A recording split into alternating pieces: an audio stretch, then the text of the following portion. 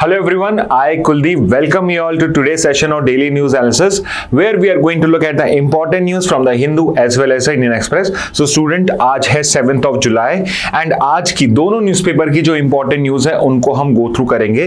कुछ बहुत अच्छी न्यूज़ आई हैं। फॉर एग्जांपल कि अगर आप हिंदू पेपर का या इंडियन एक्सप्रेस का दोनों का अगर आप फर्स्ट पेज देखोगे तो एक जो अभी सबसे बड़ी न्यूज़ चल रही है वो है बिहार के अंदर में जो इलेक्टोरल रोल्स का यहाँ पे रिव्यू करा जा रहा है, और दूसरी जो फर्स्ट पेज पे दोनों में न्यूज है वो है जो अभी ब्रिक्स की समिट हुई है।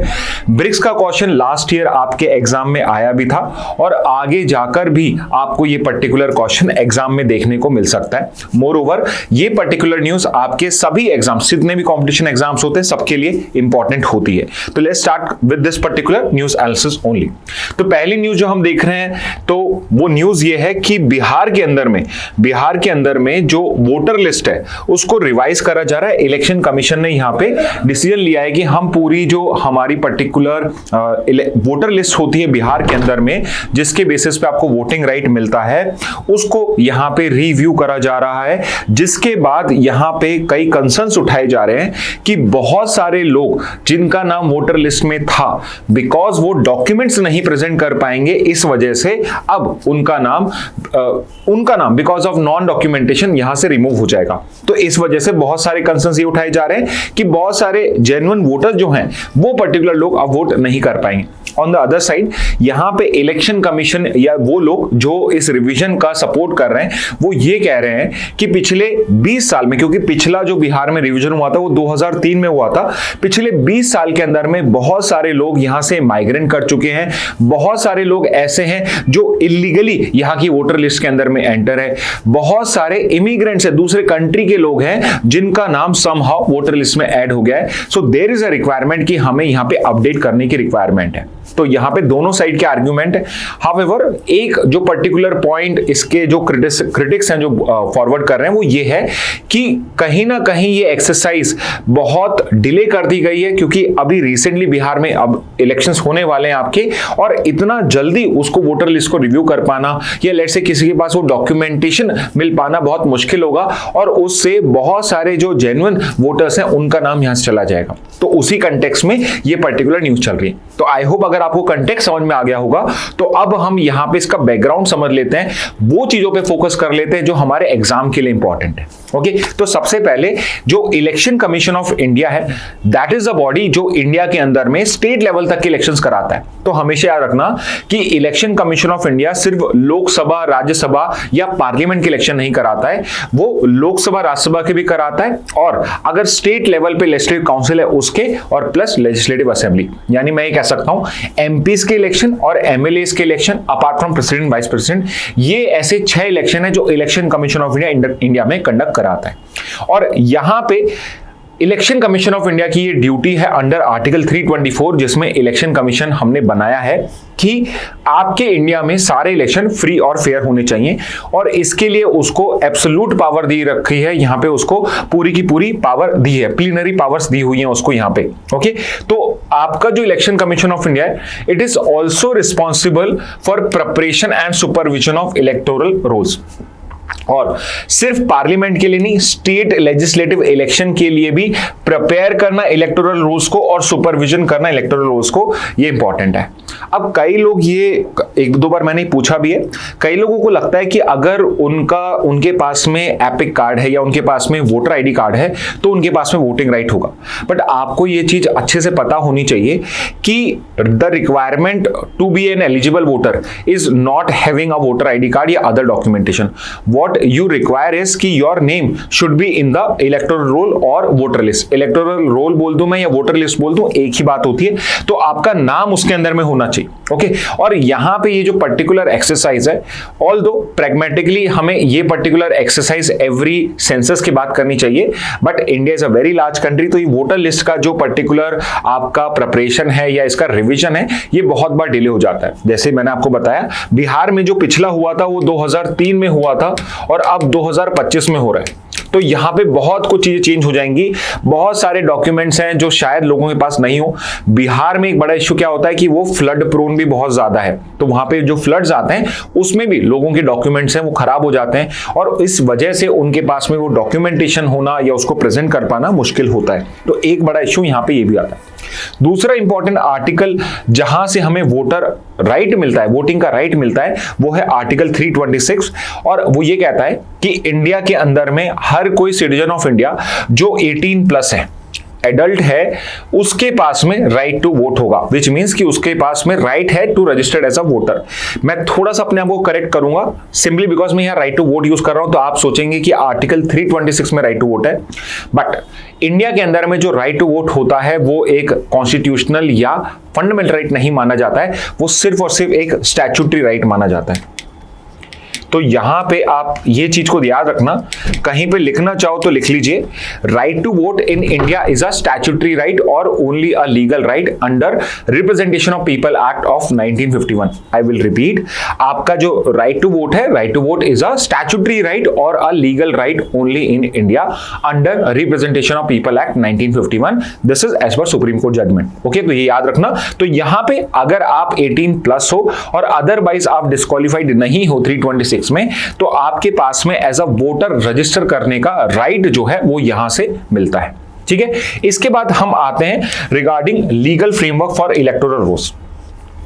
तो अभी मैंने जिस पर्टिकुलर लॉ का नाम दिया उसका नाम तो है representation of People Act of 1951 या आरपीए 1951। इसी तरह एक और आरपी है, रिप्रेजेंटेशन ऑफ पीपल एक्ट है, जो 51 नहीं है, वो 1950 है। ओके, तो ये 1950 वाला है। राइट टू वोट, वोट वाला जो राइट है, जो पर्टिकुलर लॉ है वो है 51 वाला, और यहां जो पर्टिकुलर लॉ की बात चल रही है वो है 1950। तो इलेक्टोरल रोल्स को किस तरीके से प्रिपेयर किया जाएगा, उसके रिक्वायरमेंट्स क्या होंगी, इलेक्शन कमीशन की पावर क्या है, क्या क्या उसकी लिमिटेशंस हैं, वो सब आरपीए 1950 के अंदर में गिवन है। ओके, तो जैसे सेक्शन 16 कहता है कि यहां पे जो नॉन सिटीजन्स हैं उनके पास में एनरोलमेंट का राइट नहीं है। सेक्शन 19 कहता है कि यहां पे he must be 18 plus and ordinary resident in a particular constituency. तो आपको ये चीज समझनी जरूरी है कि अगर आप एक प्लेस से दूसरी प्लेस पे मूव करते हो तो आपका वहां की वोटर लिस्ट में नाम आता है जहां के आप एक ऑर्डिनरी रेसिडेंट हो। ऑर्डिनरी रेसिडेंट का मतलब यह है कि for the last 10 years you have been continuously being staying और residing at that particular place. तो यूजुअली ये होता है कि अगर आप किसी पर्टिकुलर प्लेस पे 10 साल से ज्यादा नहीं हो तो फिर आपको ऑर्डिनरी रेसिडेंट नहीं माना जाता है, और फिर इलेक्शन कमीशन के पास में ये पावर है कि रिविजन के टाइम पे वो आपका नाम उस वोटर लिस्ट से हटा सकती है। तो ऑर्डिनरी रेसिडेंस जो है वो भी एक ग्राउंड हो जाएगा। इसके बाद सेक्शन 20 कहता है, सेक्शन 20 कहता है अगर आपकी कोई प्रॉपर्टी, लेट से आपका कोई फार्मलैंड हो सकता है, आपका वहां पे हो सकता है पुश्तैनी घर हो, तो उसकी ओनरशिप आपके होने के मतलब ऑर्डिनरी रेसिडेंस नहीं होता है। तो यहां पे सिर्फ जस्ट बिकॉज आपकी कहीं पे प्रॉपर्टी है इस वजह से आपको ऑर्डिनरी रेसिडेंट मान लिया जाएगा और आपके पास वोटर राइट होगा, वो नहीं होता है। देयर इज अ रिक्वायरमेंट कि आप पिछले 10 साल से वहां पे रह रहे हो, तो आपका वो ऑक्यूपाइड होना चाहिए वहां पे। दूसरा है अगर आप टेम्पररी एब्सेंट हो, फॉर एग्जांपल कि लेट से आप जॉब के पर्पस के लिए दूसरे सिटीज में शिफ्ट हो रहे हो, बट आपका जो मेन हाउस होल्ड है वो बेसिकली उसी जगह में है, तो टेम्पोरल एब्सेंस का मतलब ये नहीं है कि आपका रेसिडेंस स्टेटस चला जाएगा। तो दोनों चीजें कि आपकी प्रॉपर्टी है तो इसका मतलब ये नहीं आप रेसिडेंट हो, और दूसरा अगर आप टेम्पररी एब्सेंट हो रहे हो तो इसका मतलब ये नहीं है कि आपका जो रेसिडेंसी स्टेटस है वो यहां पे एंड हो जाएगा। तो दोनों ही नहीं है, so somewhere in between is required. तो आपका यहां पे जो रिवीजन हो रहा है इसमें जो एक डॉक्यूमेंटेशन आपसे ईसीआई मांग रहा है वो ये है कि आप हमें प्रूव करिए कि आप इस जगह के ऑर्डिनरी रेसिडेंट हैं। और बिहार में ये बड़ा इशू है बिकॉज वी नो दिस कि बिहार एक ऐसी स्टेट है जो सबसे ज्यादा माइग्रेंट पॉपुलेशन के लिए कंट्रीब्यूट करता है। यू वुड सी हियर, आप इंडिया के किसी भी सिटी में चले जाइए, all this not a good thing, but ज्यादातर आपको जो लेबरर्स दिखेंगे या आपके जो सबसे नॉर्मल बेसिक वर्क करते हुए लोग दिखेंगे वो आपको बहुत सारे बिहार से आए हुए माइग्रेंट दिखेंगे। तो यहां पे इस वजह से बहुत सारे माइग्रेंट्स हैं जो बहुत सालों से इधर उधर जॉब कर रहे हैं और ना तो उनका जो पर्टिकुलर वोटर आईडी कार्ड है नई जगह पे बनाए, और यहां पे पॉसिबिलिटी है कि उनके खुद के होम स्टेट में भी उनका जो पर्टिकुलर वोटर राइट है वो भी चला जाए। ओके अब यहां पे सेक्शन 21 आ जाता है आरपीए 1950 का, जहां से इलेक्शन कमीशन के पास में ये पर्टिकुलर पावर आती है कि वो जो इलेक्टोरल रूल्स हैं उनको कभी भी स्पेशली रिवाइज कर सकता है। और इसी पावर को यूज करके यहां पे ये पर्टिकुलर एक्सरसाइज करी जा रही है, द स्पेशल इंटेंसिव रिवीजन करा जा रहा है इलेक्टोरल रूल्स का। तो एक स्ट्रेट फॉरवर्ड क्वेश्चन आपका यही बन जाएगा कि ये जो स्पेशल इंटेंसिव रिवीजन है वो किस पर्टिकुलर स्टेट में कंडक्ट कराया गया है इन द ईयर 2025, तो उसका आंसर हो जाएगा आपका बिहार। ओके तो व्हाई दिस पर्टिकुलर रिवीजन, तो मैं आपको पहले ही समझा चुका हूं। तो ये तो एक्सप्लेनेशन है कि क्या है, जैसे कि लार्ज स्केल माइग्रेशन हुआ है, अर्बनाइजेशन बढ़ा है पिछले 20 इयर्स के अंदर में, चांस ऑफ डुप्लीकेट एंट्रीज हैं, फेक नेम्स हैं, इनएलिजिबल वोटर्स हैं, डुप्लीकेट एंट्रीज भी हो जाती है, एक ही पर्सन का नाम 2 जगह लिस्ट में आ सकता है, तो उसको भी यहां पे रिमूव करने की रिक्वायर्ड है। और नवंबर 2025 में इलेक्शन है, तो इलेक्शन कमीशन चाहता है कि इस नवंबर से पहले यहां पे हो जाए। But here the criticism is this only कि नवंबर में इलेक्शन है और अभी आप जुलाई के अंदर में कर रहे हो, यानी कि आपको ये एक्सरसाइज नेक्स्ट 2 महीने के अंदर में कंप्लीट करनी पड़ेगी, बिकॉज नवंबर में इलेक्शन है तो सितंबर अक्टूबर से तो वहां पे आपकी कैंपेनिंग भी स्टार्ट हो जाएगी, तो वहां पे और भी मुश्किल हो जाएगा इस टाइप की स्पेशल इंटेंसिव रिवीजन को कर पाना। ओके लास्ट बिहार में जो एसआईआर हुआ था वो 2003 में हुआ था। ओके अब यहां पे क्या क्या रिक्वायरमेंट है, नया क्या है इस बार के एसआईआर के अंदर में, तो यहां पे आपके इलेक्शन कमीशन ने बोला है कि जितने भी वोटर्स हैं उनको एक फॉर्म सबमिट करना है अपने बूथ लेवल ऑफिसर को। तो जो बूथ लेवल ऑफिसर होता है, तो हर कॉन्स्टिट्यूएंसी के अंदर में जो आपका पोलिंग बूथ होता है वहां पे एक booth level officer election commission of India appoint करता है, तो आपको वहां पे अपना फॉर्म सबमिट करना है। तो अभी यहां पे एक चीज चेंज जो करी गई है वो ये है कि जब आप ये फॉर्म सबमिट कर रहे हो, it might not be necessary कि आप डॉक्यूमेंटेशन अभी दो, बट अभी आप फॉर्म आपको सबमिट करना जरूरी है, डॉक्यूमेंटेशन बाद में चेक कर लिया जाएगा। ठीक है, दूसरा चीज क्या करा है कि जो लोग 2003 से पहले के रजिस्टर्ड है, मतलब जिनका नाम वोटर लिस्ट में 2003 से पहले का है, उनको कोई नया डॉक्यूमेंट देने की जरूरत नहीं है, उनको सिर्फ फॉर्म सबमिट करना है। यानी फॉर्म तो सबको सबमिट करना है, बट जो लोग 2003 से पहले के वोटर आईडी, जिनके पास में 2003 से पहले वोटर लिस्ट में नाम एडेड है, उनको कोई डॉक्यूमेंटेशन नहीं देना है। बट जो जनवरी 2003 के बाद के हैं उनको यहां पे डॉक्यूमेंटेशन देना पड़ेगा, place of proof of date of birth का एंड प्लेस ऑफ बर्थ का। तो आपको डेट ऑफ बर्थ का कोई डॉक्यूमेंटेशन देना है और प्लेस ऑफ बर्थ का देना है। और इसमें इंपॉर्टेंट पॉइंट क्या है, जो आपका आधार कार्ड है वो प्रूफ ऑफ सिटीजनशिप और डेट ऑफ बर्थ के लिए यूज नहीं होगा। यानी कि आप आधार को प्लेस ऑफ रेसिडेंस के लिए यूज कर सकते हो, बट उसको सिटीजनशिप या डेट ऑफ बर्थ के लिए यूज नहीं कर सकते हो। तो ये हम जब आधार पढ़ते हैं हमेशा मैं इसको आपको बार बार रिमाइंड करता रहता हूं कि आधार जो है ये आईडी प्रूफ है, ये आपका आइडेंटिफिकेशन प्रूफ है, और प्लस ये आपका यहां पे प्रूफ ऑफ रेसिडेंस है। तो आधार प्रूफ ऑफ आईडी है एंड प्रूफ ऑफ रेसिडेंस है। आधार क्या नहीं है, आधार प्रूफ ऑफ सिटीजनशिप नहीं होता, आधार डेट ऑफ बर्थ का या एज का प्रूफ नहीं माना जाता है। कई सिचुएशन में मान लिया जाता है, ऐसा नहीं है कि कभी नहीं माना जाता है, बट अगर गवर्नमेंट उसको अलाउ नहीं कर रही तो आप नहीं कहोगे कि ये डेट ऑफ बर्थ का प्रूफ आपको मानना पड़ेगा। तो ये गवर्नमेंट के ऊपर के वो अलाउ करे ना करे, बट अदरवाइज आधार जो है वो डेट ऑफ बर्थ या एज का प्रूफ नहीं होता है, सिटीजनशिप का नहीं होता है। आपका आधार कार्ड आप देखोगे नया, अगर आपने अभी प्रिंट करवाया है, तो जो आपके अभी हार्ड कॉपी में बिल्कुल आ रहा है आपका, उसके अंदर में आपका लिखा हुआ होता है कि Aadhaar is not a proof of citizenship, तो वो तो स्पेसिफिकली लिखा हुआ भी होता है। तो यहां पे आपका क्या हुआ है, इलेक्शन कमीशन ने आधार को एज अ डॉक्यूमेंटेशन एक्सेप्ट ही नहीं करा है। अब यहां पे वो आपका proof of place of birth के लिए अगर उसमें है भी, रेसिडेंस भी है, तो यहां पे आधार एक्सेप्टेबल ही नहीं है। तो इस वजह से भी बहुत इशू आ रहा है। और सबसे बड़ा इशू रहा है माइग्रेंट वर्कर्स का, because representation of People act के अंदर में सिर्फ ऑर्डिनरी रेसिडेंट सिटीजन्स ही वोट कर सकते हैं कॉन्स्टिट्यूएंसी के अंदर में, और जो माइग्रेंट्स हैं उनको ये प्रूव कर पाना कि वो एक जगह के ऑर्डिनरी रेसिडेंट है, बिकॉज उनका मूवमेंट बहुत ज्यादा होता है, उस वजह से इनके लिए प्रूव कर पाना थोड़ा मुश्किल होता है। इसलिए यहां पे आपका जो पर्टिकुलर माइग्रेंट वर्कर है सबसे ज्यादा उसको इश्यू होगा कि शायद मेरा लिस्ट से नाम चला जाए। दूसरी इंपॉर्टेंट चीज है कि इलेक्शन कमीशन ने आज से कुछ साल पहले 23 के अंदर में रिकमेंड किया था कि हमें माइग्रेंट्स के लिए रिमोट वोटिंग करनी चाहिए।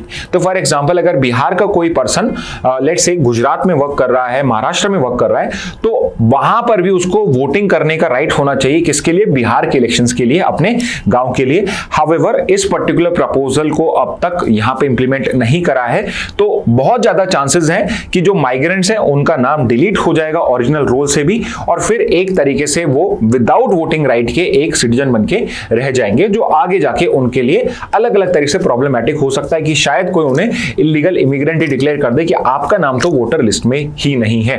ओके, तो ये पर्टिकुलर इश्यूज हैं आपके फर्स्ट न्यूज के अंदर में।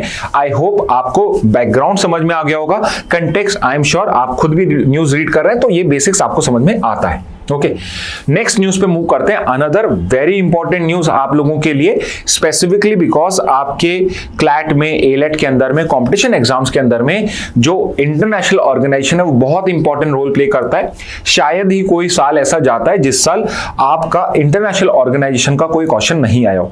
एलेट में हर साल आता ही है, क्लैट में भी एवरी ऑल्टरनेटिव ईयर्स, और या इंपॉर्टेंट बहुत ज्यादा है तो हर साल ही आपको इसका पर्टिकुलर टॉपिक जो है वो मिल जाएगा। और यहां पे एक इंपॉर्टेंट आपका टॉपिक है वो है ब्रिक्स 2025, ब्रिक्स 2025 की समिट जो है वो कंक्लूड हो गई है। वहां से हमारा रियो डी जेनेरियो डिक्लेरेशन निकल के आया है, ब्रिक्स डिक्लेरेशन निकल के आया है। उसमें क्या है, उसमें क्या नहीं है वो आपको पता होना चाहिए, बिकॉज आपके एग्जाम के अंदर में ये भी पूछा जा सकता है कि इस बार के ब्रिक्स डिक्लेरेशन के अंदर में which of the following is not one of the outcome of BRICS declaration. तो ये जो पर्टिकुलर पॉइंट्स है इनका आइडिया होना, मिनिमम ऑफ आइडिया होना वो बहुत जरूरी है। ओके, इसके अलावा ब्रिक्स हमारे लिए भी और इंटरनेशनली एक इंपॉर्टेंट ऑर्गेनाइजेशन है, तो इसलिए भी ब्रिक्स के बारे में पता होना इंपॉर्टेंट है। ओके, तो सारी बेसिक डिटेल जो है ब्रिक भी रिवाइज हो जाएगा हमारा, और प्लस 25 का समिट है उसको भी हम यहां डिस्कस करने वाले। तो ये पर्टिकुलर कौन से नंबर का समिट है, सबसे पहले समिट का नंबर ही पता होना चाहिए। तो ये ब्रिक्स की 17th समिट थी। ऑल्सो अगर आपने लास्ट ईयर पेपर दिया, लास्ट ईयर ब्रिक्स का क्वेश्चन आया था, तो ये मत समझ लेना कि इस साल नहीं आ सकता, इस साल भी आ सकता है। ओके, तो 17th समिट थी, डेट्स वर जुलाई 6-7 2025। आपका होस्ट कंट्री इस बार ब्राजील है। Do you know next year 2026 की जो ब्रिक्स समिट है उसका होस्ट कंट्री कौन होगा? तो आप कमेंट बॉक्स में मुझे बताइए कि जो नेक्स्ट ब्रिक्स समिट है उसको कौन होस्ट करेगा। होस्ट कंट्री, होस्ट सिटी रियो डी जेनेरियो है आपकी। ब्रिक्स के 2025 के हेड या प्रेसिडेंट कौन है? तो जो ब्राजील का लीडर होगा, जो प्रेसिडेंट होता है वहां पे, तो वो ही उस ब्रिक्स का भी लीडर बन जाता है। तो लूला डी सिल्वा जो है, इससे आप नाम याद रख सकते हैं, ब्राजील के प्रेसिडेंट है, वो इसके प्रेसिडेंट भी थे। इस बार की थीम क्या थी? थीम हर साल इंपॉर्टेंट रहती है, तो हमेशा आपको थीम पता होना चाहिए। बहुत अच्छी थीम बनाई गई है, strengthening global south cooperation for more inclusive and sustainable governance. और यहां पे मेरा आप लोगों के लिए दूसरा क्वेश्चन भी आ जाता है कि यहां पे ये ग्लोबल साउथ लिखा हुआ है, ग्लोबल साउथ का मतलब क्या होता है? अब मैं ये चीज आपसे इसलिए पूछ रहा हूं बिकॉज ये पर्टिकुलर आंसर हम कई बार कर चुके हैं, कई बार डिस्कशन कर चुके हैं, ग्लोबल नॉर्थ, ग्लोबल साउथ, इन सब के लिए। और इंडिया अपने आप को शोकेस करना चाहता है as a leader of global south only. Okay, तो यहां पे थीम आपको पता होनी चाहिए, एंड आपका टास्क है कमेंट बॉक्स में बताने का ग्लोबल साउथ का मतलब क्या होता है। ठीक है, इसके बाद ब्राजील क्या है? ब्राजील ब्रिक्स का 2025 का होस्ट है, और इसने 4th टाइम इसको समिट, इस पर्टिकुलर समिट को होस्ट करा है। तो इससे पहले 3 बार और कर चुका है, और अब यहां पे ये 4th समिट है। ओके, ऑल्दो 2024 के अंदर में ब्राजील को करनी थी, बट 2024 के अंदर में ब्राजील G20 भी होस्ट कर रहा था, तो उसने ब्रिक्स से रिक्वेस्ट करी कि मैं 2 समिट एक साल में नहीं कर पाऊंगा, तो I will do it in 2025। और इस वजह से 24 की समिट किसी और कंट्री ने करी थी। वो कंट्री कौन सी है? तो आप वो भी बता सकते हैं। तो ब्रिक्स 2024 समिट कहां पे हुई थी? ब्रिक्स 2026 समिट कहां पे होगी? 2 क्वेश्चंस आपके लिए हो गए। इस बार ब्रिक्स गेम्स भी हम इनिशिएट कर रहे हैं, पहली बार हो रहा है। ब्रिक्स गेम्स 2025 भी आपके होस्ट करे जाएंगे by your particular country of Brazil. Okay, तो यहां पे आपका ब्राजील हो जाएगा। अब हम आते हैं बहुत इंपॉर्टेंट पॉइंट के ऊपर पे, जो है इस बार का ब्रिक्स डिक्लेरेशन। तो ब्रिक्स 2025 डिक्लेरेशन या BRICS Rio de Janeiro declaration में इस बार क्या मेन पॉइंट्स हैं वो करने हैं, जिसमें सबसे इंपॉर्टेंट पॉइंट है वो है पहला कि यहां पे जो ब्रिक्स कंट्रीज हैं उन्होंने डिक्लेरेशन के अंदर में क्रॉस बॉर्डर टेररिज्म को कंडेम किया है। ओके, कि यहां पे कोई भी कंट्री दूसरी कंट्री के अंदर में टेररिज्म में इन्वॉल्व नहीं होना चाहिए। एंड इसको देखा जा रहा है कहीं ना कहीं इंडिया की एक जीत की तरह, बिकॉज कहीं ना कहीं यहां पे हम पहलगाम अटैक जो था उसको यहां पे कंडेम कर रहे हैं।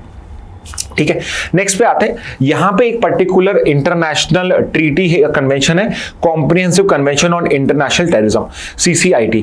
अब ये जो पर्टिकुलर कन्वेंशन है ये इंपॉर्टेंट इसलिए भी है बिकॉज ये इंडिया का इनिशिएटिव है। और ये इंडिया का इनिशिएटिव अदरवाइज क्यों इंपॉर्टेंट है, because you have to know this कि ना तो यूनाइटेड नेशंस के अंदर में, ना ही किसी इंटरनेशनल फ्रेमवर्क के अंदर में या किसी ट्रीटी के अंदर में कहीं पर भी टेररिज्म क्या होता है उसको डिफाइन नहीं करा हुआ है कि टेररिज्म वर्ड का मतलब क्या होता है, इंटरनेशनली एक्सेप्टेबल टेररिज्म की डेफिनेशन क्या है, टेररिज्म के अगेंस्ट में कंट्रीज क्या क्या एक्शन ले सकती हैं, अगर कोई कंट्री टेररिज्म को सपोर्ट करता है उसके अगेंस्ट में क्या करना चाहिए, उन सबको लेके इंडिया ने प्रपोज किया था एक comprehensive convention on international terrorism.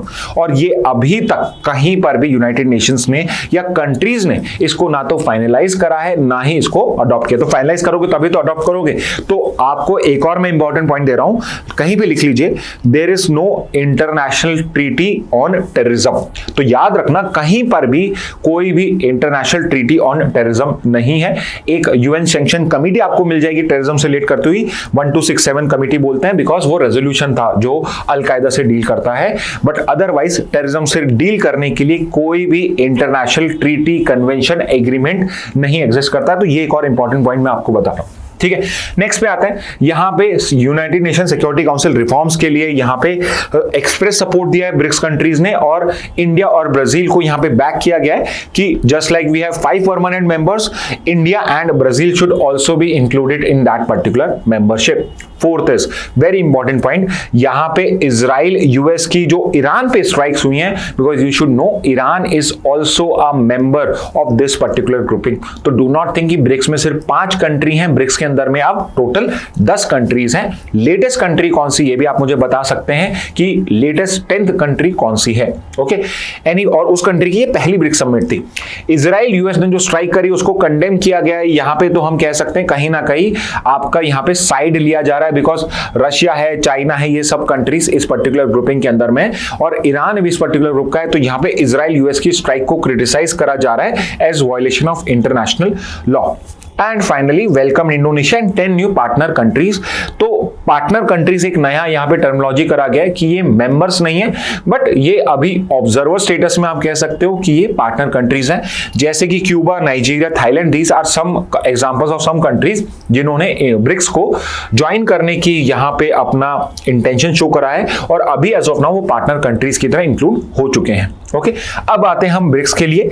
तो ब्रिक्स क्या है? So BRICS is an international organisation, और यहां पे जो ब्रिक्स है इसका फुल फॉर्म जो है वो ही इस कंट्री के ओरिजिनल मेंबर्स हैं। तो ओरिजिनली ब्रिक्स जो था वो ब्रिक था, BRIC था, बिकॉज एस और साउथ अफ्रीका वाज मिसिंग। 2010 में south Africa also become a member, उसके बाद ब्रिक जो था वो ब्रिक्स बन गया, और अब इसको हम ब्रिक्स ही कहते हैं, बट इसके अंदर में अब 10 मेंबर्स हैं आपके। ओके, ये एक इंपॉर्टेंट पॉइंट है कि जो पर्टिकुलर ब्रिक्स है ये वर्ल्ड की 40% प्लस पॉपुलेशन को रिप्रेजेंट करता है। ओके, वर्ल्ड के 2 सबसे populace countries India and China, India is first now, India और जो चाइना है ये दोनों इस पर्टिकुलर ग्रुप के पार्ट है, और वर्ल्ड के 40% प्लस पॉपुलेशन को रिप्रेजेंट करता है। Significant share of global GDP भी यहां पे ये करता है। क्या हम प्रमोट करने की कोशिश कर रहे हैं? हम एक मल्टीपोलर वर्ल्ड ऑर्डर बनाना चाहते हैं। तो पोलर वर्ल्ड, ये मल्टीपोलर वर्ल्ड कहां से आता है कि पहले क्या था कि 2 सुपर पावर्स थी, या तो आप यूएस के साथ या यूएसआर के थे, तो यहां पे हम बाइपोलर थे कि 2 पोल्स हो गए। मल्टीपोलर है कि मतलब कोई एक सिंगल कंट्री यहां पे एक पर्टिकुलर सोर्स ऑफ पावर नहीं है, बहुत सारे ऐसे सोर्सेज ऑफ पावर है। सेकंड, हम गवर्नेंस रिफॉर्म करना चाहते हैं, ग्लोबल गवर्नेंस रिफॉर्म करना चाहते हैं, बिकॉज इट इज बिलीव कि यूनाइटेड नेशन जो है वो वर्ल्ड वॉर 2 के बाद में बनाया गया था। इसको करीब करीब आप देखेंगे तो 70 80 ईयर्स हो चुके हैं। तो this has become an old organisation, और हमें एक नए ग्लोबल ऑर्डर को सेटअप करने की रिक्वायरमेंट है। साउथ साउथ कोऑपरेशन रिक्वायरमेंट है, तो ग्लोबल साउथ समझ पाओगे तो साउथ साउथ भी समझ पाओगे। तो ये साउथ साउथ कोऑपरेशन की बात चल रही है। मैं चलो आपको ये भी आपको ही दे देता हूं टास्क, नेक्स्ट क्लास में एक्सप्लेन करूंगा अगर कोई भी आंसर नहीं कर पाया। साउथ साउथ कोऑपरेशन क्या होता है, and we want inclusive development of all. Okay इसके बाद ब्रिक्स के बारे में है, तो ब्रिक जो है जिम ओ'नील करके एक आपके इकोनॉमिस्ट थे गोल्डमैन सैक्स कंपनी में, 2001 में इन्होंने ये पर्टिकुलर टर्मिनोलॉजी को यहाँ पे इजाद किया था ब्रिक को, और इन्होंने ये बोला था कि अभी जो यूएस की हेजेमनी है उसको काउंटर करने के लिए और एक इंपॉर्टेंट इकोनॉमिक स्टिमुलस देने के लिए यहाँ पे ये अगर कंट्री साथ में आ जाए तो ये भी इकोनॉमिक डेवलपमेंट में खुद का भी और बाकी वर्ल्ड का करने में हेल्प कर सकती हैं। इसी बेसिस पे ये पर्टिकुलर जो आइडिया यहां से निकल के आया, 2009 में फर्स्ट समिट करी गई। तो फर्स्ट समिट जो ब्रिक की थी, नॉट ब्रिक्स की, ब्रिक की जो फर्स्ट समिट थी वो 2009 में रशिया में कंडक्ट करी गई थी। फिर 2010 में आपका यहां पे साउथ अफ्रीका ऐड हो जाता है, तो अब ये ब्रिक्स से ब्रिक्स बन गया, तो 2010 में ये बन चुका है। और अभी 2023 में जब साउथ अफ्रीका ने होस्ट करी थी उस टाइम में हमारे ये 4 मेंबर्स ऐड हो गए थे, इजिप्ट, इथियोपिया, ईरान और यूएई। अभी इंडोनेशिया पे मत कंसर्न करिए, 23 समिट के अंदर में इजिप्ट, इथियोपिया, ईरान और यूएई ने ज्वाइन करा था। Saudi Arabia was also suppose to join but because of US relationship उसने डिसाइड करा नॉट टू ज्वाइन, तो अभी तक उसने कंफर्म नहीं करा है। तो ये आपके 6th, 7th, 8th और 9th मेंबर हो गए। एंड इस साल 2024 के अंदर में 2025 के अंदर में Indonesia has also become a member. तो इंडोनेशिया इज अ कंट्री जिसकी ये फर्स्ट समिट थी, और टोटल मेंबर्स अब कितने हो चुके हैं?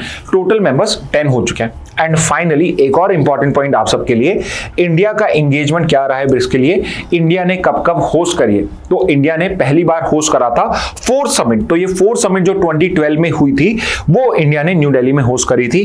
फिर 2016 में गोवा में होस्ट करी थी। 2021 was the year of Covid, तो वहां पे हमने ब्रिक्स की समिट तो करी थी बट वर्चुअल करी गई थी। तो 3 बार इंडिया होस्ट कर चुका है। अब आप बताइए इंडिया कौन सा नेक्स्ट समिट होस्ट करने वाला है? ऑल्सो एक और ट्रिक बताता हूं, बहुत सिंपल सा है। एज ऑफ नाउ अब तो 10 मेंबर हो चुके हैं, बट जो इनकी समिट होती है, नेक्स्ट समिट होती है, वो इन्हीं कंट्री में बाय नेम रोटेट होती रहती है। तो फॉर एग्जांपल अगर चाइना ने कोई समिट होस्ट करी है तो नेक्स्ट समिट साउथ अफ्रीका करेगा, उसकी नेक्स्ट ब्राजील करेगा, उसकी नेक्स्ट रशिया करेगा, फिर इंडिया करेगा, फिर चाइना, साउथ अफ्रीका। अब हो सकता है बिकॉज न्यू मेंबर्स हैं, तो अब ये जो साइकिल जब साउथ अफ्रीका पे एंड होगी तो Egypt, Ethiopia, Iran, UAE, Indonesia ये भी ब्रिक्स समिट को होस्ट करना स्टार्ट कर दें। ओके तो अभी करंटली 3 समिट इंडिया ने होस्ट करी हैं और इसी पर्टिकुलर सीक्वेंस में करा जाता है। ऑल्दो यहां पे 24 में बिकॉज ब्राजील ने होस्ट नहीं करी थी तो कुछ चेंज हुआ था, तो इस वजह से 25 में ब्राजील कर रहा है। तो ये बातें भी आपको याद करनी जरूरी है। ओके कुछ आपके लिए कुछ डेटा पॉइंट्स हैं इंपॉर्टेंट समिट्स के। तो ये कुछ समिट्स हैं आपके सामने, वैसे हम सब कुछ डिस्कस कर चुके हैं, तो एक बार का देख लीजिए। सिटी कौन सी थी, होस्ट कंट्री कौन सी थी, ईयर कौन से थे, तो ये वाली समिट्स आपको याद होनी चाहिए। इसके अलावा मैंने आपसे क्वेश्चन पहले ही पूछ लिया है, नेक्स्ट 2026 की जो समिट है, 18th जो ब्रिक्स समिट है, वो कौन सी कंट्री होस्ट करेगा। Okay so this is regarding this. Next पे मूव करते हैं। आई सेड आज बहुत इंपॉर्टेंट फर्स्ट पेज पे न्यूज आई है, और द न्यूज इज कि इंडिजिनसली हैवी वाटर रिएक्टर्स को यहां पे लाइसेंस मिल चुका है। अब ये हैवी वाटर रिएक्टर्स क्या होते हैं? तो हैवी वाटर रिएक्टर या प्रेशराइज्ड हैवी वाटर रिएक्टर्स वो पर्टिकुलर डिवाइस है या टेक्नोलॉजी है या इक्विपमेंट है जिससे हम न्यूक्लियर प्लांट को रन करते हैं। तो जो पर्टिकुलर रिएक्टर है जिसमें न्यूक्लियर फ्यूल को हम यहां पे यूज करते हैं इलेक्ट्रिसिटी प्रोड्यूस करने के लिए, उसी को हम HWR या प्रेशराइज्ड HWR कहते हैं। और यहां पे एक इंडिजिनस हमने डेवलप करा था, यानी इंडिया में बनाया हमारा खुद का हैवी वाटर रिएक्टर है, उसको ऑपरेट करने के लिए लाइसेंस मिल चुका है। ओके तो न्यूज तो है आपकी ये, बट ये जो न्यूज है ये इंपॉर्टेंट इसलिए है बिकॉज इस साल के बजट में एक बहुत इंपॉर्टेंट अनाउंसमेंट हुई थी। तो वो लोग या बहुत सारे आप स्टूडेंट्स हैं जो शायद भूल गए होंगे कि इस बार के बजट में क्या क्या हुआ है। तो एक इंपॉर्टेंट बजट की अनाउंसमेंट ये थी कि जो इंडिया है या इंडियन गवर्नमेंट है उसने डिसाइड करा है अपने 2 स्पेसिफिक लॉज को अमेंड करने की, जिसमें एक इंपॉर्टेंट लॉ है आपका एटॉमिक एनर्जी रेगुलेशन एक्ट, जिसके अंदर में अब हम सिर्फ पब्लिक कंपनीज नहीं, सिर्फ गवर्नमेंट कंपनीज नहीं, जो प्राइवेट कंपनीज होती हैं उनको भी यहां पे ऑपरेट करना अलाउ करेंगे। और दूसरी चीज जो हम यहां अलाउ करेंगे वो ये है कि आपके जो न्यूक्लियर प्लांट है यूजुअली बड़े साइज के होते हैं, अब हम आपको स्मॉल मॉड्यूलर रिएक्टर मतलब कम इलेक्ट्रिसिटी प्रोड्यूस करने के लिए भी न्यूक्लियर प्लांट्स को इंडिया में अलाउ करेंगे। And this particular this particular reform is going to go a long way in increasing India's nuclear energy generation capacity. तो यहाँ पे ये दो पर्टिकुलर यहाँ पे चेंजेस करे गए थे. इसके अलावा यहाँ पे हमारा जो इंश्योरेंस लाइबिलिटी का लॉ है with regard to nuclear power, उसको भी थोड़ा सा यहाँ पे ईज डाउन करा जाएगा, बिकॉज वो इतना ज्यादा स्ट्रिक्ट है कि कोई भी फॉरेन कंपनी इंडिया में न्यूक्लियर पावर में इन्वेस्ट करने के लिए रेडी नहीं है. तो उस लॉ का, इतना स्ट्रिक्ट लॉ बनाने का कोई फायदा नहीं हो रहा है, तो उसके अंदर में भी हम चेंजेस करने वाले हैं. तो ये दो इंपॉर्टेंट लॉस के चेंजेस हैं जो बजट के अंदर में अनाउंस करे गए थे, और उसके अंदर में हम कह सकते हैं पहला एक एक्शन लिया जा रहा है जिसमें आपका एक इंडिजिनस हैवी वाटर रिएक्टर को लाइसेंस दिया हुआ है. ओके, तो यहां पे न्यूज क्या है? Atomic energy regulatory body has granted operational licence to 700 megawatt pressurised heavy water reactor at the Kakrapar atomic power station. तो ककरापार आपका एटॉमिक पावर स्टेशन जो गुजरात के अंदर में है, वहां पे दो लाइसेंस अलाउ कर दिए गए एक 700 मेगावाट के प्रेशराइज्ड हैवी वाटर रिएक्टर को यहां पे चलाने के लिए. ओके, तो यहीं के इंडियन मेड है, तो पहली बार हम इसको यूज करने वाले हैं, और दो ये पर्टिकुलर चीज हमने अलाउ कर दी है. 5 साल के लिए ये लाइसेंस वैलिड होगा, और NPCIL यहां पे इस पर्टिकुलर टेक्नोलॉजी को यूज कर सकती है. NPCIL आपकी पब्लिक कंपनी, गवर्नमेंट कंपनी है. It is the only company जो इंडिया में करंटली न्यूक्लियर पावर प्लांट्स को रन करती है. बजट की अगर हम पर्टिकुलर अनाउंसमेंट की बात करें, जो मैं आपको बता चुका हूं, पहला एटॉमिक एनर्जी एक्ट 62 जिसके अंदर में पार्टिसिपेशन ऑफ प्राइवेट प्लेयर्स को अलाउ किया जाएगा. दूसरा है civil liability for nuclear damage act, जिसके हम रिवाइज करेंगे, जिससे जो पर्टिकुलर इन्वेस्टर्स के कंसर्न है रिगार्डिंग सप्लायर लाइबिलिटी, उसको भी हम करेंगे. अब यहां पे सप्लायर लाइबिलिटी का मैं जल्दी से बता देता हूं आपको कि यहां पे जब आप कोई न्यूक्लियर प्लांट रन कर रहे हो, मान लो कंपनी एक्स है जो इंडिया के अंदर में न्यूक्लियर प्लांट को चला रही है. अब सप्लाई जो करी है वो कंपनी वाई ने करी है, जो यूएस की कंपनी है, जिसने प्रेशराइज्ड हेवी वाटर रिएक्टर को उस कंपनी को दिया था चलाने के लिए. अब किसी भी रीजन से अगर वहां पे कोई न्यूक्लियर डिजास्टर होता है, लेट्स से एग्जांपल के लिए जो एक्स कंपनी जो प्लांट को रन कर रही है उससे कोई नेग्लिजेंस हो गई है और उससे वो पर्टिकुलर न्यूक्लियर डिजास्टर हो चुका है, तो यहां पे वाई कंपनी जिसने उस हैवी वाटर रिएक्टर को सप्लाई किया था उसकी भी लायबिलिटी रहेगी. तो आप सोच सकते हैं कि कोई कंपनी जो हैवी वाटर रिएक्टर बना रही है उसके ऊपर भी हमने कंडीशन लगा दी है कि अगर कुछ भी डिजास्टर होता है तो आप भी रिस्पॉन्सिबल होगे. इस वजह से क्या हो रहा था, कोई भी जो न्यूक्लियर पावर प्लांट्स वाली, न्यूक्लियर सिविल पावर वाली कंपनीज हैं, वो इंडिया के अंदर में इन्वेस्ट करने को ही रेडी नहीं थी. तो इन दो लॉस को हम यहां पे चेंज करने वाले हैं. क्यों कर रहे हैं? बिकॉज इंडिया ने एक लॉन्ग टर्म टारगेट रखा है, वो है 100 gigawatt of nuclear energy. Renewable energy का नहीं है, सिर्फ और सिर्फ न्यूक्लियर एनर्जी का है कि 100 gigawatt of nuclear power capacity हम 2047 तक क्रिएट करना चाहते हैं. और अगर हमारा ये पर्टिकुलर गोल है 2047 का भी, तो हमें ये पर्टिकुलर चेंजेस करना बहुत जरूरी है. Because currently nuclear power plants का जो हमारा पर्टिकुलर कंट्रीब्यूशन है टू टोटल एनर्जी, वो आपका लेस देन 5% है. 5% से भी कम ही है, आपका बहुत कम, 1% के आसपास ही शायद. तो इतना ही है, तो इस वजह से हम इसको बढ़ाना चाहते हैं और हम 100 गीगावाट करना चाहते हैं. ओके, दूसरी इंपॉर्टेंट चीज जो मैंने आपको बताया था कि आपका जो इस बार का बजट है उसके अंदर में हमने स्मॉल मॉड्यूलर रिएक्टर्स को भी अलाउ कर दिया है, और उसके लिए 20,000 करोड़ का एक मिशन भी लॉन्च करा है, जिससे हम स्मॉल मॉड्यूलर रिएक्टर्स को इंडिया के अंदर में प्रमोट करेंगे. तो ये रिएक्टर फैक्ट्री बिल्ट होते हैं, स्मॉलर इन साइज होते हैं, बेटर सेफ्टी होती है, नेचुरल डिजास्टर बड़े स्केल पे होने के चांसेस कम होते हैं. तो यहां पे ये कुछ पर्टिकुलर बेनिफिट है. एक इंपॉर्टेंट बेनिफिट इसका ये भी होता है कि आपका जो पर्टिकुलर स्मॉल मॉड्यूलर रिएक्टर है, मान लो आपने किसी पर्टिकुलर एरिया में करा, एक तो लैंड एक्विजिशन कम हो गया, और फ्यूचर में आप उसके साइड में एक और स्टैंड कर दीजिए, एक और स्टैंड कर दीजिए, तो आप अपनी कैपेसिटी भी इंक्रीज कर सकते हैं. ओके, तो यहां पे कुछ बेनिफिट्स होते हैं आपके एक स्मॉल मॉड्यूलर रिएक्टर के. चलिए आगे मूव करते हैं. तो एक बहुत अच्छा एडिटोरियल आया, तो नाउ वी हैव डिसाइडेड कि एडिटोरियल भी हम यहां पर भी आपका लेंगे ही एक ना एक. तो इस एडिटोरियल के अंदर में आपका जो ये आया है, डिस्कशन हुआ है कि जो अभी पाकिस्तान के साथ इंडिया का ये पर्टिकुलर कॉलिजन हुआ था, इसमें अब पाकिस्तान के साथ चाइना भी कंट्रीब्यूट कर रहा है. तो आपने एक वर्ड सुना होगा, आप अगर थोड़ा बहुत भी मिलिट्री का कुछ भी पढ़ते हैं, जिसको हम बोलते हैं कि इंडिया जो है एक बड़ी पर्टिकुलर प्रॉब्लम से जूझता है, जो है एक 2 फ्रंट वॉर हो सकता है. एक इंडिया का 2 फ्रंट वॉर हो सकता है. 2 फ्रंट वॉर का मतलब यह कि अगर ये मेरा इंडिया है, ठीक है, ये मेरा नॉर्थ ऑफ इंडिया है, यहां पे मेरा पाकिस्तान है, यहां पे मेरा चाइना है. राइट। तो मैं यहां इस फ्रंट पे पाकिस्तान के साथ फाइट कर रहा हूं और इस फ्रंट के ऊपर पे चाइना से फाइट कर रहा हूं। तो पर्टिकुलर जो मेरे पर्टिकुलर मिलिट्री रिसोर्सेज हैं वो दो में डिवाइड हो जाएंगे, एक यहां हो जाएगा, एक यहां हो जाएगा।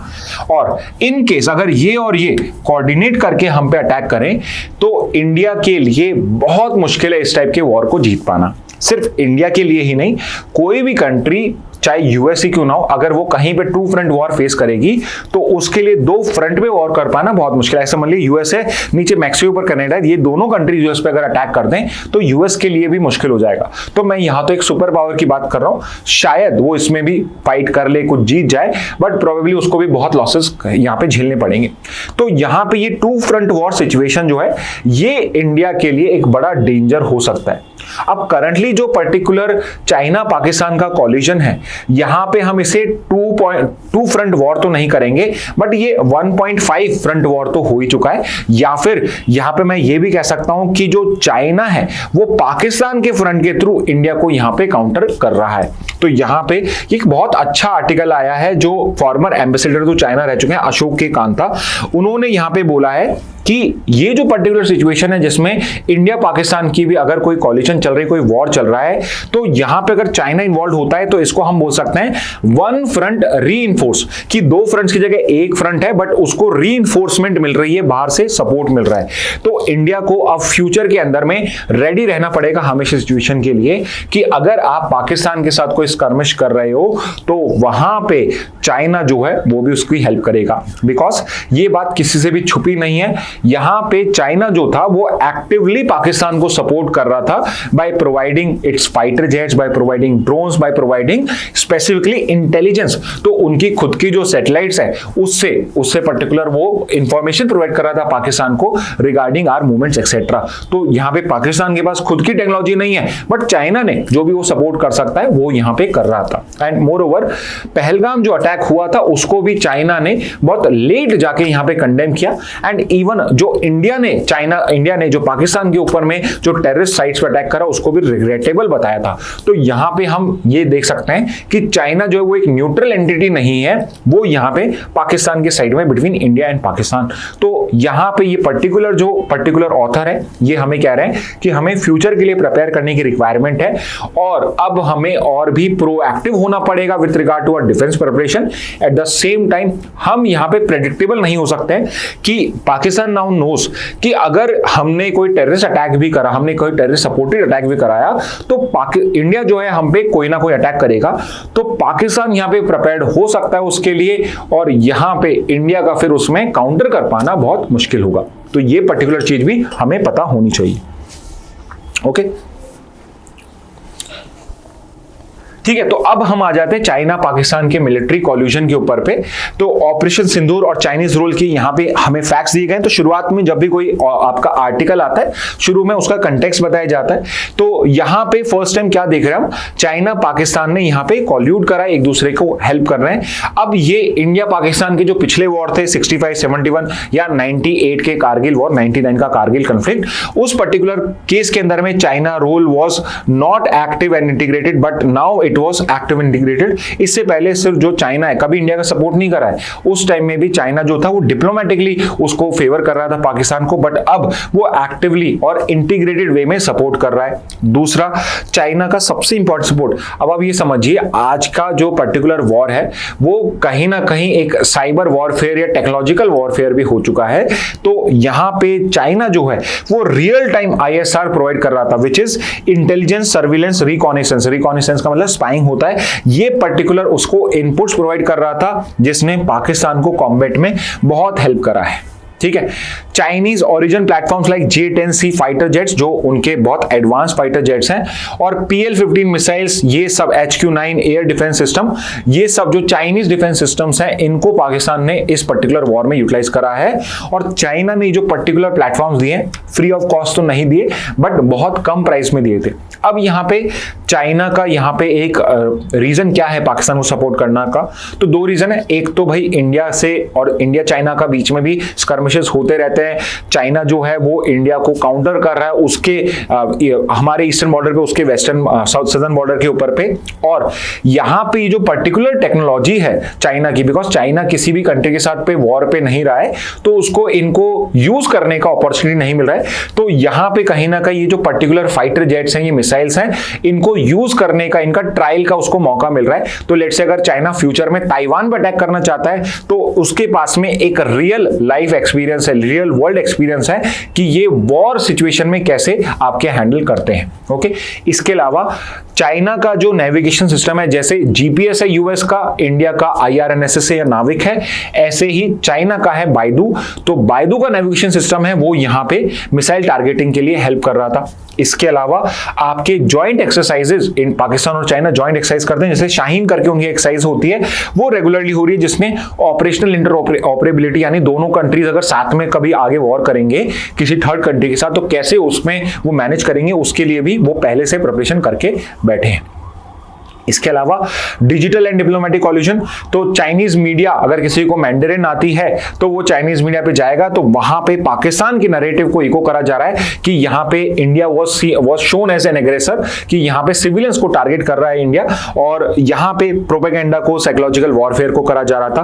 पहलगाम टेरर अटैक को चाइना ने कंडेम करने में डिले करा था, और यूएन का जो स्टेटमेंट था इवन उसको डाइल्यूट करने की कोशिश करी थी, जो बेसिकली कंडेम करना चाहता था पाकिस्तान के एक्शन को। और चाइना, इंडिया ने जो स्ट्राइक करी, चाइना ने उसको टर्म करा एज रिग्रेटेबल, कि भाई आपने टेरर कैंप्स में नहीं सिविलियंस पे करा है। तो दिस आल्सो शोज कि एक्टिवली चाइना जो है पाकिस्तान का सपोर्ट कर रहा है।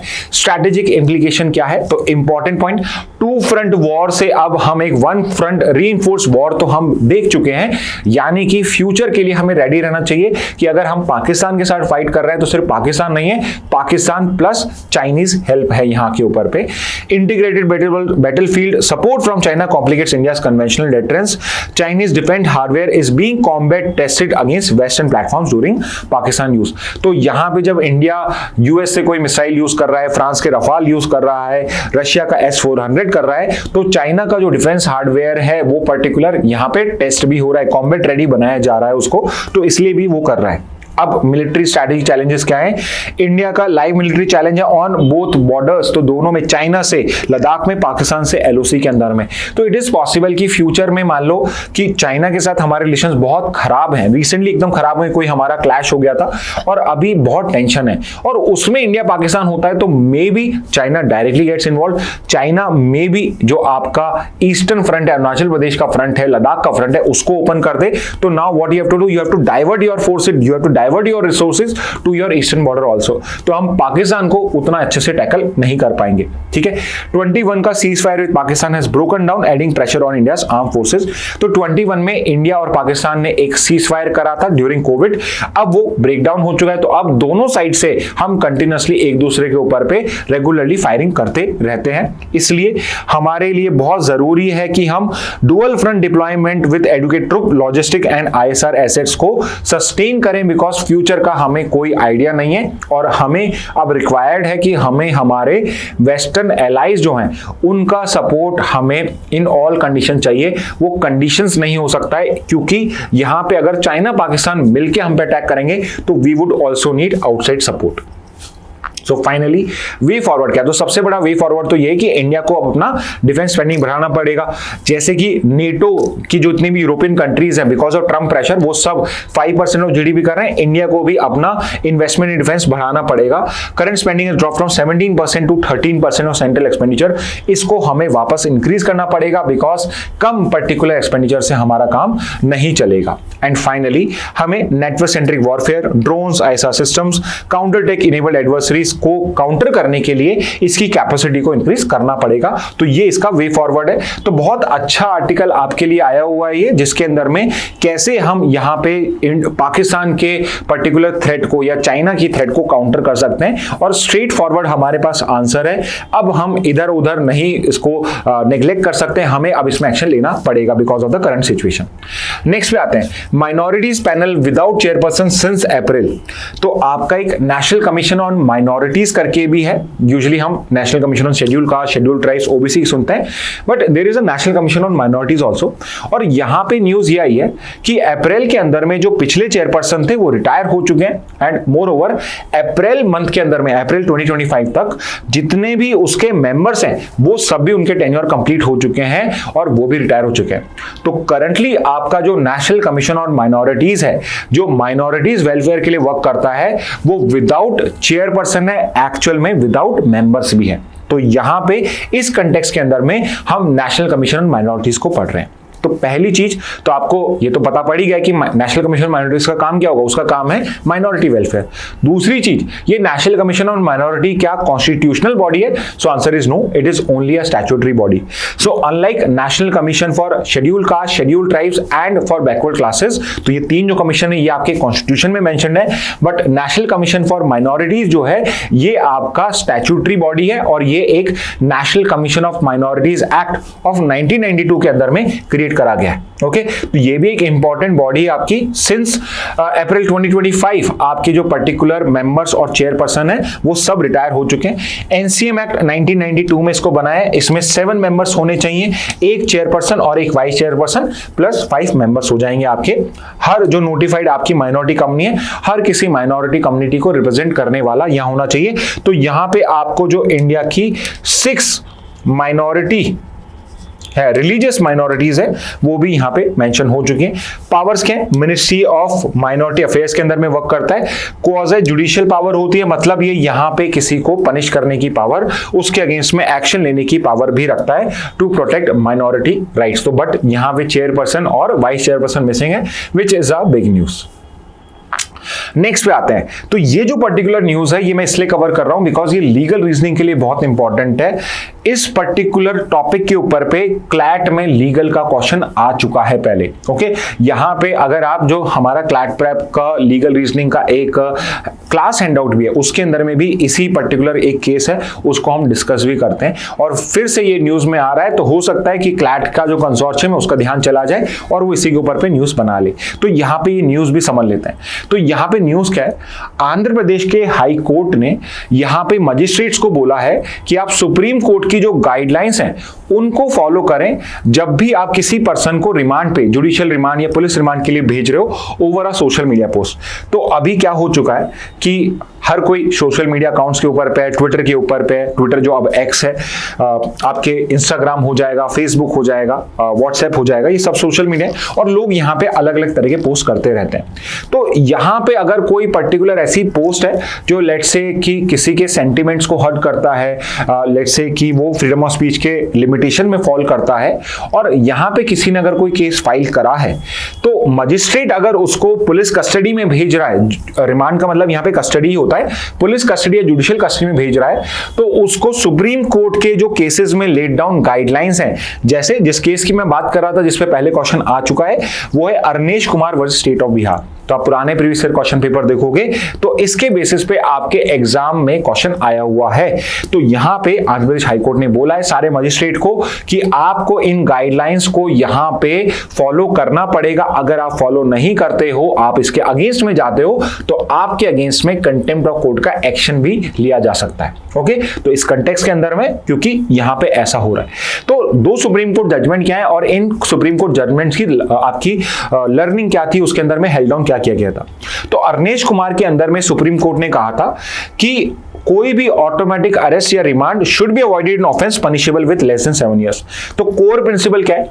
अगर आपको जिस पर्टिकुलर जो सोशल मीडिया पोस्ट है उसके लिए अगर आपको अरेस्ट करना है, रिमांड करना है, तो वो ऑटोमेटिकली नहीं हो सकता है। आपको जो मजिस्ट्रेट्स हैं उनसे परमिशन लेनी पड़ेगी, स्पेसिफिकली इन दोज केसेस जहां पे पनिशमेंट 7 साल से ज्यादा की नहीं है। इनके 7 साल से ज्यादा है तो आप अरेस्ट या रिमांड कर सकते हो, अदरवाइज आप नहीं कर सकते हो। Second, very important, judicial duty निभानी है मजिस्ट्रेट को। Magistrate has to apply judicial mind and not act mechanically on police remand request. कि यहां पे अगर इस टाइप से कोई आपके पास रिमांड की रिक्वेस्ट आती है तो आपको जुडिशियल माइंड लगाना है कि क्या इस पर्टिकुलर केस के अंदर में जुडिशियल रिमांड देनी चाहिए, कस्टडी देनी चाहिए, या फिर पर्सन को ऑन बेल छोड़ देना चाहिए। तो यहां जुडिशियल माइंड लगाइए, नॉट जस्ट कि पुलिस ने रिक्वेस्ट करी है तो आप मैकेनिकली यहां कर रहे हो। आपको पुराने सुप्रीम कोर्ट की गाइडलाइंस को फॉलो करते हुए चीज डिसाइड करनी पड़ेगी। रीजनिंग पर्सनल लिबर्टी को प्रोटेक्ट करना ज्यादा इंपॉर्टेंट है, बिकॉज इंडिया के अंदर अरेस्ट पावर जो है, पुलिस पावर है, इसका मिसयूज होता रहता है स्पेसिफिकली फॉर पॉलिटिकल रीजन। इसके अलावा एक और बहुत इंपॉर्टेंट जजमेंट है जो आप एक्सपेक्ट कर सकते हैं कि अगर फ्रीडम ऑफ स्पीच का क्वेश्चन बनता है आपके लीगल रीजनिंग में तो वो यहां से आ सकता है, और वो क्या है, एक बहुत इंपॉर्टेंट केस है स्टेट ऑफ गुजरात का, Imran Pratapgarhi versus state of Gujarat 2024। Imran Pratapgarhi कौन है? ये आपके एक लीडर हैं और इनको यहां पे अरेस्ट किया गया था। तो यहां पर भी आपकी सुप्रीम कोर्ट ने कुछ गाइडलाइंस दी हैं। पहली गाइडलाइंस क्या है? वो ये है कि अगर एफआईआर इन्वॉल्व है, एफआईआर करी जा रही है, तो एफआईआर करने से पहले जो पुलिस है उसको एक प्रिलिमिनरी इंक्वायरी करनी पड़ेगी under section 173 clause 3 of BNSS. Section याद नहीं करने, बट एफआईआर करने से पहले क्या जरूरी है? पुलिस बिना इंक्वायरी के, एक प्रिलिमिनरी इंक्वायरी के बिना एफआईआर रजिस्टर नहीं करेगी। तो कोई अगर कंप्लेन करने आता है तो वो एफआईआर में कन्वर्ट होगा या नहीं होगा, पुलिस डिसाइड करती है और वो इंक्वायरी के बेसिस पे करेगी। Second is prior approval from a DSP. तो यहां पे जो पुलिस का पर्टिकुलर एसआई है, सब इंस्पेक्टर है, वो पर्टिकुलर इंस्पेक्टर अगर इस पर्टिकुलर केस में इन्वॉल्विंग स्पीच एंड एक्सप्रेशन में कोई एफआईआर आपको दर्ज करनी, पॉलिटिशियन ने कोई स्पीच दी, उस पर कोई एफआईआर दर्ज करना चाहता है, तो उसके लिए आपको डीएसपी से परमिशन लेनी पड़ेगी। और जो इंक्वायरी है, प्रिलिमिनरी इंक्वायरी, वो आपको 14 डेज के अंदर में कंप्लीट करनी पड़ेगी। तो ये 3 कंडीशन जो है ये आपके यहाँ पे स्पेसिफिकली लिखी हुई है, तो आप एक्सपेक्ट कर सकते हैं कि इस पे भी आपसे क्वेश्चन पूछ लिया जाए। और वेरी इंपॉर्टेंटली, आप जो पर्टिकुलर यहाँ पे एक्शन ले रहे हैं वो प्रोपोर्शनल होना चाहिए, उसमें इंटेंट है तो ही आप कर सकते हैं, और कंटेक्स्ट आपको फ्री स्पीच केसेस का लेना पड़ेगा। यानी कि अगर आपने कंटेक्स्ट नहीं लिया, आपने गाइडलाइंस नहीं फॉलो करी है, तो आपके लिए इशू हो सकता है। लीगल प्रिंसिपल्स कौन कौन से हैं, तो वही अगर मैं समराइज करूं, जुडिशियल सेटिस्फैक्शन इज मैंडेटरी, यानी कि अगर मजिस्ट्रेट यहां पे रिमांड दे रहा है या नहीं दे रहा है, दोनों ही सिचुएशन के अंदर में उसको अपने रीजंस रिकॉर्ड करने पड़ेंगे। और वो किस पे बेस होने चाहिए कि यहां पे जो ऑफेंस है, it's not a first time offence, इससे पहले भी ये कर चुका है, इट्स अ रिपीटेड ऑफेंस जो करा जा रहा है। दूसरा है कि अगर इस पर्सन को बेल दी जाती है तो ये बाहर जाके एविडेंस को टेम्पर कर सकता है या विटनेस को इन्फ्लुएंस कर सकता है। तो यहां पे आप देख सकते हैं कि मजिस्ट्रेट के ऊपर पे ये गाइडलाइंस तो फॉलो करना ही है, बट ये जुडिशियल सेटिस्फैक्शन इन 2 पर्टिकुलर बेसिस पे भी आपको करना पड़ेगा। कोई मैकेनिकल अप्रूवल नहीं हो सकता है, कॉन्स्टिट्यूशनल ऑल प्रोसीजर सेफगार्ड आपको फॉलो करने पड़ेंगे। इन केस मजिस्ट्रेट फॉलो नहीं करता है तो कंटेम्प्ट ऑफ कोर्ट की भी यहां पे हो सकती है, एंड इवन मजिस्ट्रेट के अगेंस्ट में डिपार्टमेंटल इंक्वायरी भी सेटअप करी जा सकती है। ओके, तो यहां पे ये पर्टिकुलर हो जाएगा। Again my suggestion to you would be कि ये पर्टिकुलर वीडियो आप चाहे यहां पॉज कर लीजिए और ये जो पर्टिकुलर पॉइंट्स है इनको कहीं पे लिख लीजिए। ओके, ऑल्दो आपके जो लीगल रीजनिंग का क्वेश्चन आता है उसमें प्रिंसिपल पहले से होता है, बट अगर आपने यहां पे ये नोट कर लिए, इनको समझ लिया, तो लीगल रीजनिंग के क्वेश्चन में आपको टाइम कम लगेगा समझने के अंदर। ठीक है, और हमें यही करना है, अपना टाइम बचाना है। ओके, नेक्स्ट पे मूव करते हैं। तो इंडियन एक्सप्रेस की न्यूज देख लेते हैं, invisible hand in foreign trade.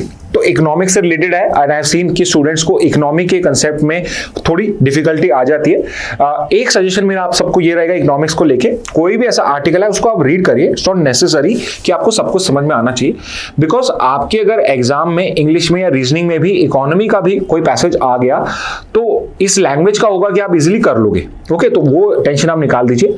Plus जो भी कंसेप्ट होते इकोनॉमी में, जैसे यहाँ इनविजिबल हैंड बोला हुआ है, अब सुनने में लगे पता नहीं क्या है, but it's very simple. Services को हम इनविजिबल हैंड बोलते हैं आपके, और वही जो यहां पर है हमारे इंडिया की फॉरेन ट्रेड को बचा के बैठा है। ओके, तो ये कंसेप्ट है, मैं आपको यहां पे ये समझा दूंगा। तो आप ये 2-3 चीजें करिए। एक तो डरिए मत इकोनॉमिक्स से, बिकॉज सिर्फ फैंसी टर्म्स होते हैं, होता बहुत सिंपल टॉपिक है। दूसरा, कोई भी आर्टिकल उसको पढ़िए। और तीसरा, डेली न्यूज में हम कवर करते हैं, फिर भी कोई पर्टिकुलर आर्टिकल आपको कवर चाहिए कि ये कवर होना चाहिए, तो मैं आपसे कोई सजेशन देता हूं, आप कमेंट बॉक्स में उस आर्टिकल को ही पिन कर दीजिए, उसका जो लिंक है वो हमें दे दीजिए या उसकी हेडिंग दे दीजिए, इंडियन एक्सप्रेस का न्यूज़पेपर या हिंदू का न्यूज़पेपर, वहां से हम कवर कर देंगे आपके किसी पर्टिकुलर MIT सेशन के अंदर में या नेक्स्ट न्यूज़ एनालिसिस के अंदर में। ओके, अब यहां पे आ जाते हैं, ये इंडिया का फॉरेन ट्रेड क्या होता है। तो यहां पे हम जो पर्टिकुलर हमारा ट्रेड होता है वो होता है गुड्स में और सर्विसेज के अंदर में, राइट। तो गुड्स जो होते हैं, जो पर्टिकुलर सामान है, वो तो हमें विजिबल है, दिखता है, तो उनको हम विजिबल ट्रेड बोल देते हैं। और जो सर्विसेज होती हैं वो हमें दिखती नहीं है। हमारे जो पर्टिकुलर पैसा होता है, मनी का ट्रांसफर होता है, वो दिखता नहीं है, तो उसको हम इनविजिबल ट्रेड बोलते हैं। तो सिंपली कुछ नहीं है, इनविजिबल हैंड का मतलब क्या होता है कि सर्विसेज की जो ट्रेड है फॉरेन ट्रेड के अंदर में, उसकी इंपॉर्टेंस क्या है वो यहां पे आपको प्रेजेंट करी गई है कि हमारे एक्सपोर्ट्स के अंदर में हमें हमारे जो सर्विस ट्रेड है वो हमारे को यहां पे सरप्लस प्रोवाइड कर पा रही है। ओके, तो visible trade off physical goods, invisible trade, service export and private transfer. Private transfer होता है जिसके अंदर में वन साइडेड पेमेंट होता है। वन साइडेड पेमेंट से मतलब ये है कि फॉर एग्जांपल कि अगर मैं कोई सर्विसेज दे रहा हूं, मैंने अगर लेट से मैं इन्फोसिस हूं और मैं यहां पे सर्विसेज दे रहा हूं यूएस की एक कंपनी को, लेट से माइक्रोसॉफ्ट को दे रहा हूं, तो मैंने सर्विसेज दी और उसके रिटर्न में यहां पैसा दिया। बट प्राइवेट ट्रांसफर क्या होता है, जो वन साइड पेमेंट्स होते हैं। फॉर एग्जांपल कि मेरा ब्रदर लेट से यूएस में जॉब करता है, माइक्रोसॉफ्ट में जॉब करता है, वहां से उसका 1 करोड़ का पैकेज है इंडियन मनी के अंदर में, और वो 50 लाख रुपीज यहां पे ट्रांसफर कर रहा है, तो वो प्राइवेट ट्रांसफर्स में आ जाएगा, क्योंकि यहां पे मैंने उसको कुछ रिटर्न नहीं करा या इंडिया से कुछ भी वहां पे एक्सपोर्ट नहीं हो रहा है, वहां से बस पैसा जो है वो यहां आ रहा है, तो ये सब प्राइवेट ट्रांसफर में। तो रेमिटेंसी जो होते हैं वो प्राइवेट ट्रांसफर का एग्जांपल होते हैं और वो इनविजिबल ट्रेड का पार्ट होता है। Okay, growth of invisibles over time, तो यहां पे क्या है, पिछले साल का डेटा अगर हम देखें, गुड्स का एक्सपोर्ट्स करा है 441 बिलियन का और इनविजिबल रिसीट्स हैं 576। तो आप यहां पे देख सकते हैं कि करीब करीब हमने 150 बिलियन डॉलर का यहां पे हमारा इनविजिबल रिसीट जो है वो ज्यादा है। ओके, कंपोनेंट्स ऑफ इनविजिबल, तो आपका जो इनविजिबल ट्रेड है उसके अंदर में कितना, किसका क्या कंट्रीब्यूशन है, नंबर्स इंपॉर्टेंट नहीं है, जस्ट नो कि इनविजिबल का ट्रेड ज्यादा होता है। कोई भी नंबर ज्यादा होगा, इंपॉर्टेंट होगा तो बता दिया जाएगा। तो सर्विस एक्सपोर्ट्स हमारा 387 बिलियन का है। सॉफ्टवेयर सर्विसेज की, सॉफ्टवेयर हमने बना के भेजा, वो सबसे ज्यादा हमें पैसा मिलता है। दूसरा बिजनेस फाइनेंस कम्युनिकेशन, तो एज अ लॉयर अगर आप कहीं पे कोई कंसल्टेशन देते हो तो वो यहां पे आ जाएगा आपका। ओके, प्राइवेट रेमिटेंसेज, बाहर से जो पैसा आता है तो कम नहीं आता है, बाहर से हमें 135.4 बिलियन पैसा जो है वो एनआरआईज और इंडियन ओरिजिन फॉरेन सिटीजन्स हमें यहां पे भेजते रहता है। On the other side we have this merchandise trade deficit, यानी गुड्स के अंदर में, और आपको पता है हम चाइना से कितना एक्सपोर्ट करते हैं, कितना वहां से इंपोर्ट करते हैं और वहां एक्सपोर्ट कितना सा करते हैं, और this is the same story फिर विद अदर कंट्रीज आल्सो। तो यहां पे देखिए ये हमारा पर्टिकुलर ट्रेड डेफिसिट है, मतलब कि इतना ज्यादा, इतना 147 बिलियन डॉलर का सामान हमने ज्यादा मंगाया हुआ है, यानी इतना बिलियन पैसा हमें देना पड़ेगा, हम कुछ भी एक्सपोर्ट नहीं कर रहे हैं। और 24-25 में ये 287 हो चुका है। So to give you an example, ये 287 कहां हुआ है, एक्सपोर्ट्स तो हमारा है 441 बिलियन का और इंपोर्ट्स हमारा है 729 बिलियन का, तो करीब करीब 287 बिलियन ज्यादा हमारा यहां पे डेफिसिट हो जाता है। ओके, अब यहां पे क्या है, ऑल्दो हमारा जो डेफिसिट है वो इंक्रीज हो रहा है, बट इनविजिबल जो है वो हमें हेल्प कर रहा है इसको। तो नेट इनविजिबल सरप्लस क्या हमारा 263 बिलियन है, यानी कि अगर एक्सपोर्ट इंपोर्ट में कैलकुलेट करूं सिर्फ इनविजिबल्स का, ये तो विजिबल्स का है, ये तो मर्केंडाइज का है, विजिबल ट्रेड का है। अगर इनविजिबल की बात करो तो ये तो हो गया -287 और ये जो पर्टिकुलर नेट इनविजिबल सरप्लस है ये हो गया +263, यानी कि मेरा करंट अकाउंट डेफिसिट जो है वो सिर्फ 23 बिलियन है। और ये क्या होता है करंट अकाउंट डेफिसिट, मेरा जो नेट इनविजिबल सरप्लस है उसको अगर मैं मेरे नेट पर्टिकुलर ट्रेड डेफिसिट से निकाल दूंगा तो मेरा सीएडी आ जाएगा 23.4 बिलियन। ओके, तो यहां पे मेरा जो करंट अकाउंट डेफिसिट है, यानी कि कितना ज्यादा मैं इंपोर्ट करता हूं गुड्स और सर्विसेज का माइनस मैं कितना एक्सपोर्ट करता हूं, तो वो वैल्यू आएगा 23.4 बिलियन ही। आप सोचिए अगर ये पर्टिकुलर नंबर नहीं होता तो आप सोचिए कि आपको हर साल 300 बिलियन डॉलर का पेमेंट फॉरेन कंट्रीज को देना पड़ता, मतलब आपको अपनी जेब में से पैसा निकाल के देना पड़ता। ओके, तो ये एक बड़ा हो जाएगा। चाइना और इंडिया का कंपैरिजन भी करा हुआ है, तो चाइना का देखिए आप यहाँ पे गुड सरप्लस देखिए 768 बिलियन का है, नेट इनविजिबल डेफिसिट यानी सर्विसेज में वो ज्यादा सर्विसेज ले रहा है बाहर से और अभी कम दे रहा है, लेकिन इसलिए इसको फैक्ट्री ऑफ द वर्ल्ड कहते हैं बिकॉज सारे गुड्स वहीं पे बन रहे। 768 बिलियन का इतना हमारा ट्रेड नहीं है जितना वो यहाँ पे गुड्स का सरप्लस लेके बैठा है। ओके, इंडिया का सर्विस ट्रेड सरप्लस है 188 बिलियन और नेट इनविजिबल सरप्लस है आपका 263 billion, called the office of the world because हम सर्विसेज प्रोवाइड करते हैं। तो यहां पे इस पर्टिकुलर आर्टिकल के अंदर में हमें क्या पर्टिकुलर सजेशन दिया गया, वे फॉरवर्ड क्या है कि हमारे जो FTAs हैं वो सिर्फ टेंजिबल गुड्स के ऊपर पे फोकस करती है। वी वांट कि हमारे जो पर्टिकुलर FTAs हैं, फ्री ट्रेड एग्रीमेंट्स हैं कंट्रीज के साथ, वो सर्विसेज के ऊपर पे ज्यादा करें। सर्विस एक्सपोर्ट, वीजा एक्सेस, ये सब जो है ये हमारे प्रायोरिटी होने चाहिए ऑनगोइंग टॉक्स के अंदर में, रेदर देन कि अभी हम टेंजिबल गुड्स पे करें, बिकॉज यहां पे इंडिया को फायदा नहीं नुकसान होता है। तो हमें सर्विसेज के ऊपर पे करना है, because we are the office of the world. तो दो क्वेश्चन आप देखिए यहां अपने आप बन गए। Which country is known as the factory of the world? Obviously China. Which country is known as the office of the world? It is India. Okay, तो ये पॉइंट्स हो जाएंगे आपके लिए। चलिए, लास्ट न्यूज है आपकी आज की, और यहां पे हम एक अच्छे नोट पे एंड करते हैं, विच इज बेसिकली कि इंडिया ने एक बड़ा फीट अचीव करा in cricket, and which is कि in the history of this particular ground Edgbaston करके ये ग्राउंड है आपका एडबेस्टन। ये पर्टिकुलर जो एडबेस्टन है, यहां पे कोई भी एशियन कंट्री जो है, श्रीलंका हो गई, पाकिस्तान, इंडिया, बांग्लादेश, ऑल्दो चलो कंसीडर कर लेते हैं, बांग्लादेश भी हो गई आपकी, ये आज तक एडबेस्टन के अंदर में कभी इन्होंने टेस्ट मैच नहीं जीता था। And India has become the first country since 1967, जो जब से उसने पहला टेस्ट मैच खेला था, कि उसने एडबेस्टन के अंदर में हराया। एंड छोटी जीत नहीं करी है हमने 336 रन से जीत करी है। और ये इंपॉर्टेंट इसलिए है बिकॉज ये इंडिया की आज तक की बाय रन्स आज तक की सबसे बड़ी विन है।